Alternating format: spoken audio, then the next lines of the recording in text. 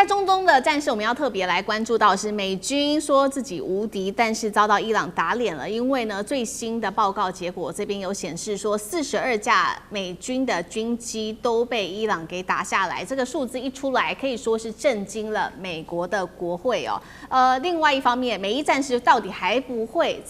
會再繼續打呢？因為現在看起來有幾個跡象，包括了福特號、權勢號都撤離中東了。川普承認打不贏伊朗嗎？今天就這些議題，我們會一起來做關注。那歡迎網友們可以來跟我們這邊做互動。您認為說美國軍力已經快速的在中東被消耗的話，可以留言寫下1。如果你認為美國仍保有大量的戰力，我們也可以一起做討論，可以留言寫下2。好，趕快來看到的是川普的美軍無敵神話到底有沒有被狠狠打臉呢？來自於美國國會研究局這邊做的一個最新的資料顯示，美軍對伊朗戰爭中的重大航空戰損總共是高達了42架的軍機，而這些軍機呢，不是被擊毀了，就是有受損，當中包括了有 F-35A 逆踪戰機、4架的 F-15E、7架的 KC-135空中加油機，還有1架 A-10攻擊機等等啊，還當中包括了這種海神高空無人機跟24架的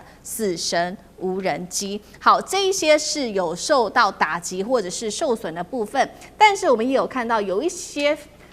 這些防空的系統哦，他們並不是遭到敌方打落，而是戰場混亂所造成的戰機被毀損。特別來看到的是2架的 KC-130空中加油機相撞，原因就是為了閃避親伊朗民兵的攻擊，所以呢，他們在閃避之下，竟然是彼此之間相撞之後跌下來。再來看到的是 F-35A 的逆中戰機，則是遭到伊朗的光電跟紅外線追蹤系統鎖定之後，疑似又被這種肩射飛彈的近距離爆破碎片給連帶的襲擊到它的機體，所以緊急的返回基地，所幸沒有造成任何人員的傷亡。大家還記得嗎？他說，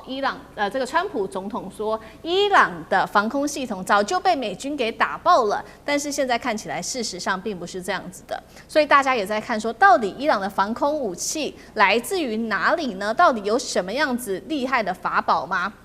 我們特別來看到了，伊朗它有自行研發它的防空飛彈，這一款是358型的，是一種配備紅外線感測器的這種防空飛彈。另外，他們也有肩射的防空飛彈，主要有分為3種哦。再來就是他們有從中國大陸來做購買他們的飛彈，還有從俄羅斯也有購買這種柳樹的防空飛彈。這些原因是形成伊朗仍然具備強烈的這個防空戰力的原因，所以節目一開始特別請教酈將軍怎麼看？從美軍的戰損來看的話，伊朗仍具備一定的防空戰力嗎？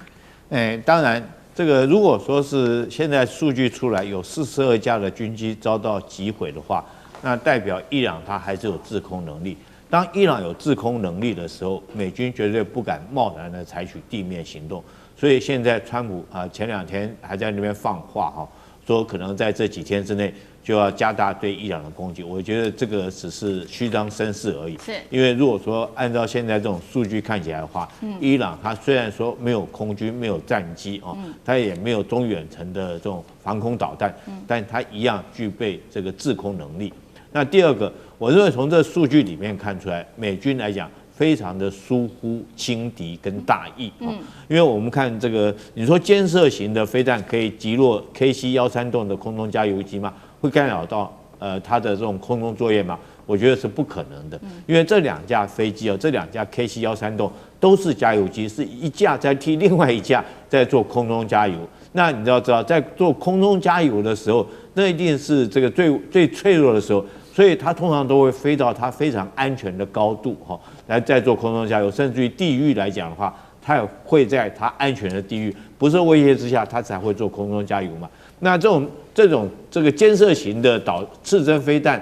美軍的是刺針飛彈的，俄羅斯提供給他的叫柳樹飛彈的，那解放軍的叫紅鷹飛彈，它射程不會就是5公里而已那是士兵隨身攜帶的，那射高大概也就是4000公尺左右。那你想想看，這個戰鬥這種空中加油機，它怎麼可能飛在這麼低的飛度，讓你輕易的就干擾到擊落到？我覺得這2架空中加油機會相撞，完全就是美軍過於疲累。大家有沒有注意到除了說24架死神無人機之外，這次戰損最多的反而是加油機。那為什麼加油機戰損最嚴重呢？大家看到總共有7架。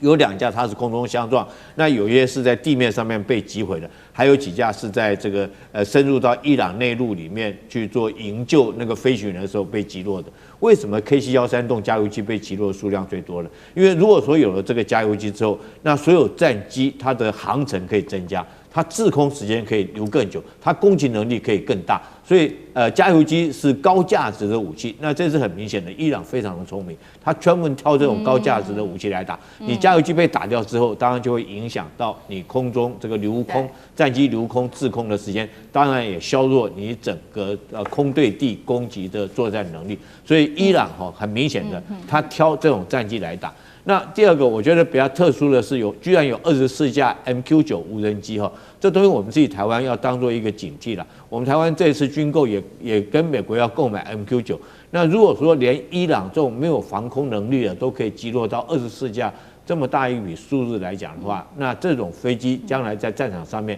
它的存活能力會有多少？所以我認為這些都值得我們這個後續當做我們建軍備戰的一個參考。但是我認為重點是什麼？重點是如果說美軍在這場戰爭到目前為止，如果真的有24架軍機遭到擊毀的話，那伊朗雖然說它只有短程的這種防空能力，比如說它的這種紅外線感應器這個為什麼可以擊落 F-35？因為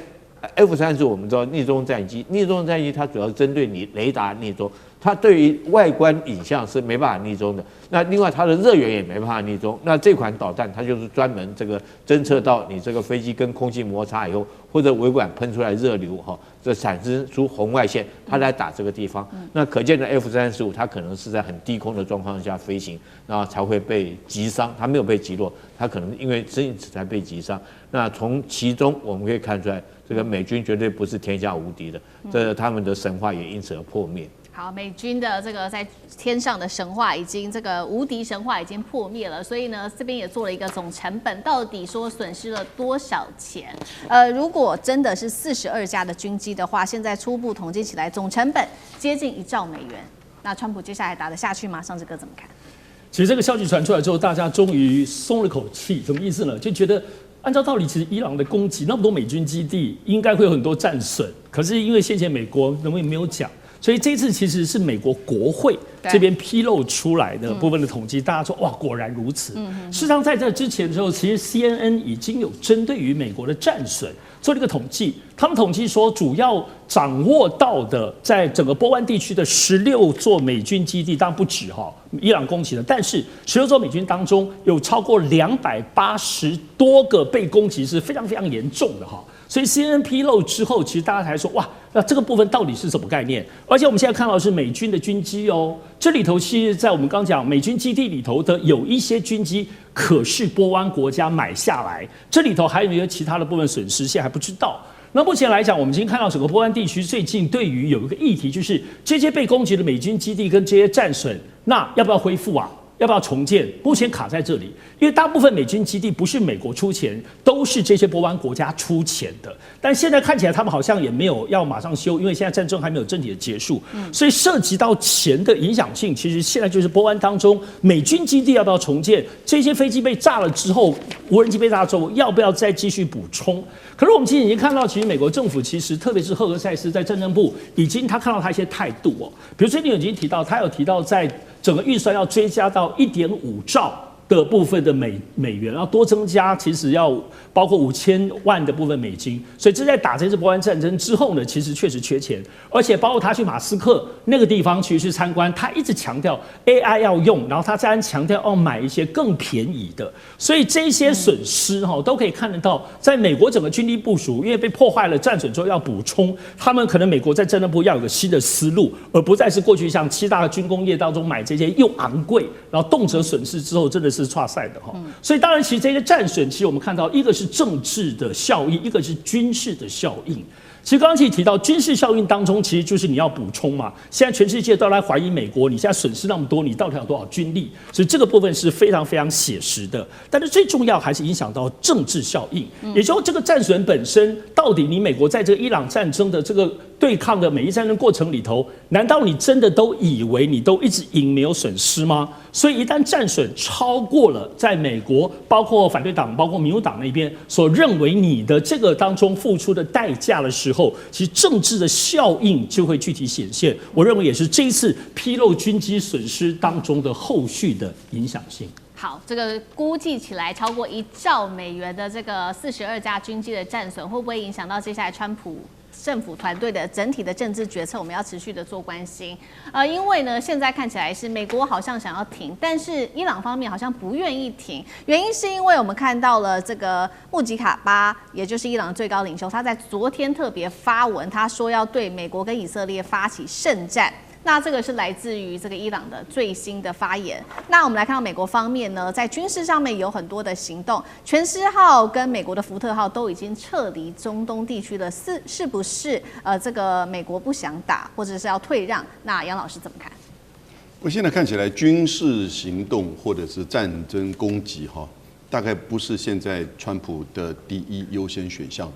雖然他可能威脅還是會這麼威脅，可是你看他這2天又說，在大家的勸服之下，我不決定這麼做了。可是你實際上軍隊都陸陸續續離開了那不過重點是在就是北京，川普到北京去，跟習近平達成了在伊朗問題上不可以擁有核武，然後呢盡快的和談，以及在就是通行費上。不過我覺得通行費這個是美國可能自己加的然後呢，普丁又到北京。那雙方也真的就達成了，在這個問題上，習近平講得更清楚了。他說，現在中東地區是處於戰核轉換的關鍵節點。是，這講得非常的直接但這個很有術語，戰核轉換的關鍵節點。那他覺得其實戰爭不可以再起，和談要趕快進行，然後呢，海峽的通行呢要受到保障。他已經講出4個穩定、3個要點，以及現在是戰核的關鍵時期，轉換的關鍵時期。那也就表示說，戰是不是有可能，還是有一點可能的，因為雙方還是在威脅嘛。可是你看，在大國的協調之下，美中俄，而且都在北京。你不要忘記5月23號，巴基斯坦，我們剛剛講到嘛，那個總理他要到北京去，他到北京去談什麼？新聞上面寫的說談這個中巴，就是這個經濟走廊。但是我覺得根本其實關鍵是在談到巴基斯坦在美國、伊朗的這個調停過程當中，要不要怎麼再施把力？我再加一個證據，那就是巴基斯坦在上個禮拜派了8000名士兵到沙烏地阿拉伯去。那4月底的時候呢，埃及派了1個連的戰風標風戰機到阿聯酋。那你要知道，巴基斯坦背後的軍事上的背後不就是中國大陸嗎？埃及跟中國大陸的關係也很密切。現在海灣國家自己本身當初以為說以美軍來這邊設基地可以花大錢買安全，結果造成現在完全自己變得非常的困境。所以他引了這些就是其他的穆斯林國家，而後面其實是有中國的軍事的支持。那現在我觉得中国大陸在整個中東地區的這個大國的高度跟這種很綿密的外交布局現在展現出來。美國跟俄羅斯現在都支持雙方開始在進行和談。所以我覺得這個大概環境跟氛圍跟布局已經差不多。接下來這個禮拜呢，可能就是美伊雙方可能直接也可能間接透過巴基斯坦開始在接觸談判的可能性。好，謝謝楊老師。那我們休息一下，馬上回來。地緣政治、美中之爭、戰略價值、強權崛起、小國生存，現在與未來洞悉